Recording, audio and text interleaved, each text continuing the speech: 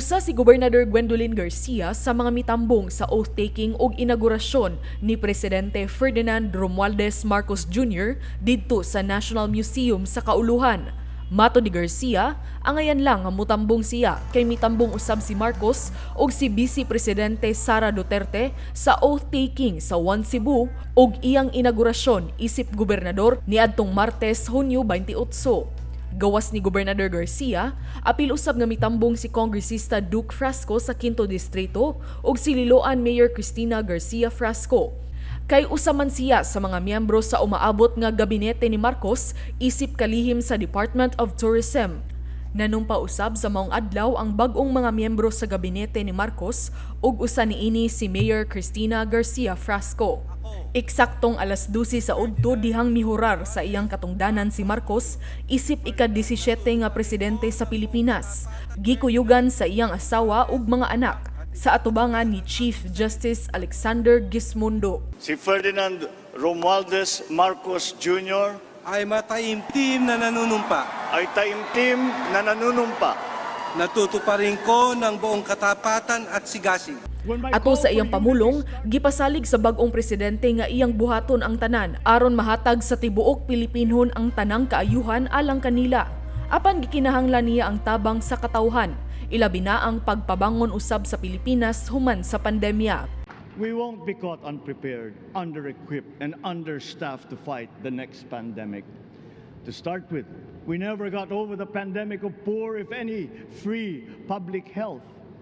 The last major upgrade of a public health system, exemplified by the resources poured into PGH, predates the current shambles by 3 generations. There were shortcomings in the COVID response. We will fix them out in the open. No more secrets in public health. Remember, I speak from experience. I was among the first to get COVID. It was not a walk in the park. Midugang usab siya nga kanunay usab siyang maminaw sa katawhan. Usa sa iyang nasabtan nga tingog sa katawhan sa panahon sa kampanya mao ang ilang pagdawat sa iyang panawagan sa panaghiusa.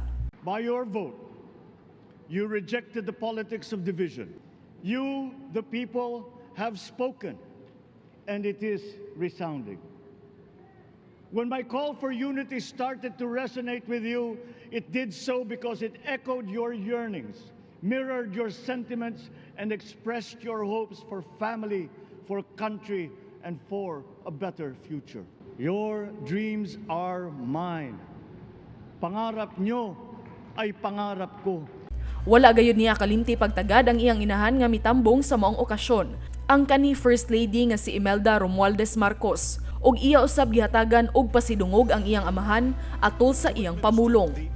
I cannot proceed without a special greeting, of course, to the former First Lady Imelda Romualdez Marcos. I once knew a man who saw what little had been achieved since independence in a land of people with the greatest potential for achievement, and yet they were poor. But he got it done, sometimes with the needed support, sometimes without.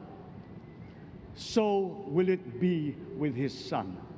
You will get no excuses from me. Paula Mendoza, Balita sa Sugbo.